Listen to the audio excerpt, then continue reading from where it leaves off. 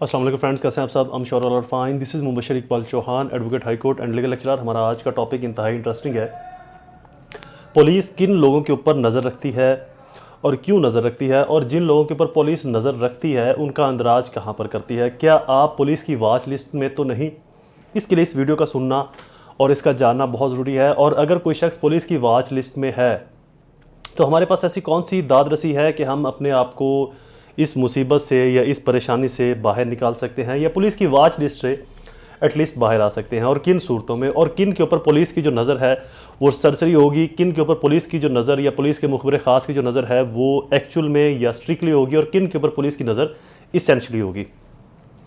In short, police किन मुल्ज़मान को 24/7 watch करती है, नज़र रखती है, और कैसे नज़र रखती है, और पुलिस उनका इंदराज कहाँ पर करती है। और अगर किसी शख्स के ऊपर पुलिस नज़र रख रही है या कोई शख्स पुलिस की वॉच लिस्ट में है तो अपने आप को वहाँ से कैसे निकलवा सकता है, उस रजिस्टर से, उस हाजिरी से। इन तमाम चीज़ों को आज हम डिटेल से ब्रीफली डिस्कस करेंगे। लेक्चर स्टार्ट करने से पहले एज़ यूजुअल, अगर आप मेरे चैनल के ऊपर नए हैं तो चैनल को सब्सक्राइब ज़रूर कर लें, बेल आइकन को प्रेस करके ऑल नोटिफिकेशन कर लीजिएगा ताकि ऐसी इन्फॉर्मेटिव वीडियोज़ आपकी एक्सेस में रहें। स्टार्ट करते हैं हमारा टॉपिक। पुलिस स्टेशन के अंदर बेसिकली कुछ रजिस्टर्स होते हैं। डिटेल सभी रजिस्टर का जिक्र तो हम नहीं करेंगे, आज सिर्फ हम एक रजिस्टर का जिक्र करेंगे जिसके अंदर पुलिस वॉच लिस्ट के तौर के ऊपर मुल्ज़मान को या किसी भी शख्स को, चाहे वो मुल्ज़म है या किसी गैर कानूनी सरगर्मी के अंदर इन्वॉल्व है, या फिर वो कोई जासूस है या कोई क्रिमिनल है या क्रिमिनल होने वाला है, या किसी भी क्राइम के अंदर इन्वॉल्व था या है या हो सकता है, ये शक की बिना के ऊपर पुलिस उसका इंदराज अपने रजिस्टर नंबर 1010 में करती है। इसके बेसिकली 3 हिस्से हैं रजिस्टर नंबर 10 के, जो 10वां रजिस्टर्ड है। इसके तीनों हिस्सों के अंदर मुख्तलिफ लोगों के नाम लिखे जाते हैं। सबसे पहले 3 हिस्से हैं, बस्ता अलिफ, बे और जीम। हिस्सा अव्वल के अंदर उन लोगों के नाम लिखे जाएंगे जो शर्तिया, रहाई या इश्तिहारी मुल्ज़मान हैं। इश्तिहारी मुल्ज़मान वो होंगे जिनके ऊपर FIR हो चुकी है, आया इस थाने में या किसी भी और थाने में, या ऐसे मुल्ज़मान जो किसी केस के अंदर इन्वॉल्व हुए थे।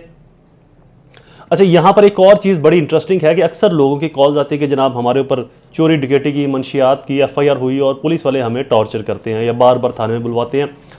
अब FIR 5 साल पहले किसी और SHO ने, किसी और तफ्तीशी ने दी, उसके बाद कई SHOs तफ्तीशी बदल गए, लेकिन फिर भी उनको पता है कि ये शख्स इस केस में मतलूब था। FIR भी हज़ारों हुई, तो वो FIR से कैसे ढूंढते हैं? वो रजिस्टर नंबर 10 को खोलते हैं, उनके अंदर जिन मुल्ज़मान को उन्होंने वॉच लिस्ट में डाला हुआ है, जिन मुल्ज़मान को उन्होंने प्रोहिबिटरी क्लॉजेज़ के अंदर या ममनुआ क्लॉजेज़ के अंदर डाला हुआ है कि इन मुकदमात के अंदर जो मुल्ज़म मुलव्वस होंगे उनका हमने पीछा नहीं छोड़ना, चाहे कुछ भी हो जाए, तो वो उनको बार बार तलब करते रहते हैं। इस चीज़ को भी आगे चल के हम डिस्कस करते हैं।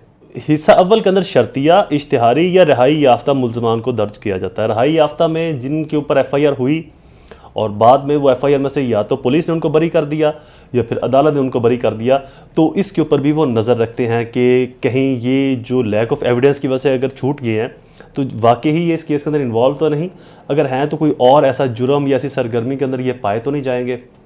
इश्तिहारी मुल्ज़मान जो FIR के बाद पेश ही नहीं हुए या कोर्ट में पेश हुए और बाद में भाग गए, उनके ऊपर भी पुलिस जो है उस रजिस्टर में जिक्र करती है और उनकी निगरानी का जो प्रोसेस है वो स्टार्ट कर देती है अपने मुखबिर ख़ास की सूरतों में। हिस्सा 2 में जिन मुजरमान का अंदराज होगा वह बहुकुम वो पुलिस के SP के हुक्म के मुताबिक और पुलिस रूल 27 चैप्टर 69 के आर्टिकल सेक्शन के तहत इसका अंदराज किया जाएगा SP के हुक्म के मुताबिक। इसमें किसका इंदराज होगा? वो लोग जिनके ऊपर 1 से ज़ायद FIRs हों, 1 से ज़ायद बार वो सज़ा याफ्ता हो चुके हों, उनसे माल मसरूक़ा किसी भी सूरत में बरामद हो। माल मसरूक़ा चोरी का हो सकता है, डकैती का, मंशियात का, कब्ज़ा माफिया का, भत्ताखोरी का, या वट एवर किसी भी तरीके का उनसे माल मसरूक़ा बरामद हुआ हो, या फिर वो आदि मुजरमान हो, 1-2 से ज़ायद उनके ऊपर FIRs हों, या ज़ाब्ता फौजदारी 110-109 के तहत उनकी रहाई हो, उनकी शर्तिया रहाई हो, उनकी ज़मानत पर रहाई हो, या उनको कोई माफ़ी मिली हो किसी ख़ास हालात व वाक़यात में, तो इन मुल्ज़मान को पुलिस हमेशा अपनी वॉच लिस्ट में रखती है। थाने के मुखबिर ख़ास की सूरत में जो पुलिस वालों के मुखबर होते हैं उनकी सूरत के अंदर इनकी निगरानी करवाई जाती है, कहाँ पर जा रहे हैं, क्या कर रहे हैं, क्या नहीं कर रहे। आम तौर पर तो कुछ ऐसे मुल्ज़मान हैं जिनकी शर्त या रहाई होती है कि आपने हर 2 दिन के बाद या हफ्ते 10 दिन के बाद थाने में आकर अपनी अटेंडेंस लगवानी है। लेकिन हिस्सा 2 में जिनका अंदराज होगा वो SP के हुक्म पर होगा। और अगर हिस्सा अलिफ में ये भी लिखा जाता है अगर कोई बदमाश या आदि मुजरम है वो अपनी हाज़िरी नहीं लगवा रहे तो वो अगर एक थाने से दूसरे थाने के अंदर सफ़र करते हैं या जाते हैं तो उस थाने को इतला दी जाएगी कि ये हमारे इलाके का बदमाश या आदि मुजरम है या आपके थाने की हदूद में मौजूद है, तो लिहाजा इसकी अटेंडेंस को इंश्योर करवाया जाए।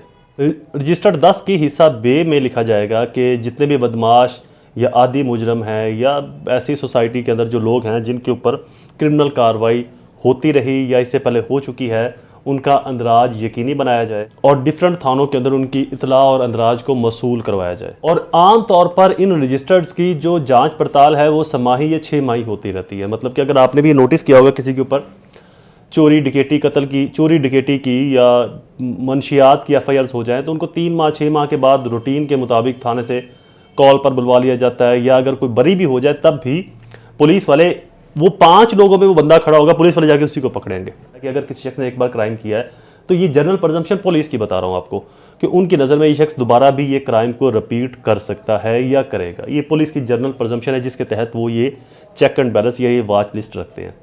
इसके अलावा ऐसे लोग जो जासूसी की सरगर्मियों के अंदर मुलव्वस हों, वो जासूसी स्टेट के लिए हो या किसी अदारे के लिए हो, ऐसे लोग जो मंशियात डकैती चोरी की FIRs में नॉमिनेट हो चुके हों, वो लैक ऑफ एविडेंस की वजह से या किसी भी वजह से या तो पुलिस उनको बरी कर दे या अदालत बरी कर दे, और जो माल मसरूक का अपने पास चोरी डकैती का, कब्ज़ा माफिया, भत्ताखोरी का या इस तरह से किसी भी तरह का जो माल मसरूक का अपने पास रखते हैं, वो FIR से चाहे बरी हो जाएं या ट्रायल से बरी हो जाएं, इनके ऊपर पुलिस अपनी वॉच लिस्ट ज़रूर रखती है। इनको अपने वॉच लिस्ट के अंदर ज़रूर मेंशन करती है और इनको मुकम्मल निगरानी के अंदर रखा जाता है। जो हैबिचुअल ऑफेंडर्स हैं, बदमाश, रॉबर्स या वेगाबॉन्ड्स, इस तरह के जो आवारागर्द हैं, इनके ऊपर भी पुलिस अपनी स्ट्रिक्टली इस रजिस्टर के तहत नज़र रखती है।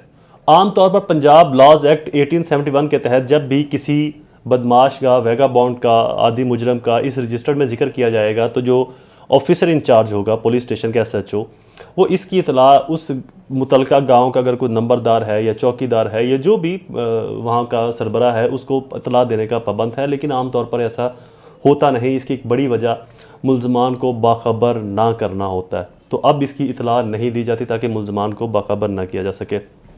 अब आते हैं हम इसकी दूसरी साइड की तरफ कि अगर पुलिस आपको तंग करती है या वॉच लिस्ट में रखा हुआ है और आपको बार बार थाने में बुलवाती है जबकि उस मुकदमे के अंदर आप बेगुनाह भी हो चुके हैं या बरी हो चुके हैं, इधर वो पुलिस रिपोर्ट के थ्रू या कोर्ट के थ्रू, तो इसके बाद भी अगर पुलिस आपको बुलवाती है थाने में तो आप पुलिस के खिलाफ पुलिस को पार्टी बनाकर या उनके किसी सुपीरियर ऑफिसर को पार्टी बनाकर, जिसके अंदर DPO भी हो सकता है, हमारे लाहौर जैसे बड़े शहरों के अंदर CPOs होते हैं, तो CPOs को, DPOs को, कंसर्न SHO को पार्टी बनाकर आप हरासमेंट पटिशन पुलिस के खिलाफ फाइल कर सकते हैं और उसकी कॉपी पुलिस थाने के अंदर भी इस रजिस्टर्ड के साथ लफ करवा सकते हैं कि मेरे ऊपर ये इल्ज़ाम था, मैं इसमें से बरी हो गया या मैंने इसमें से सज़ा काट ली।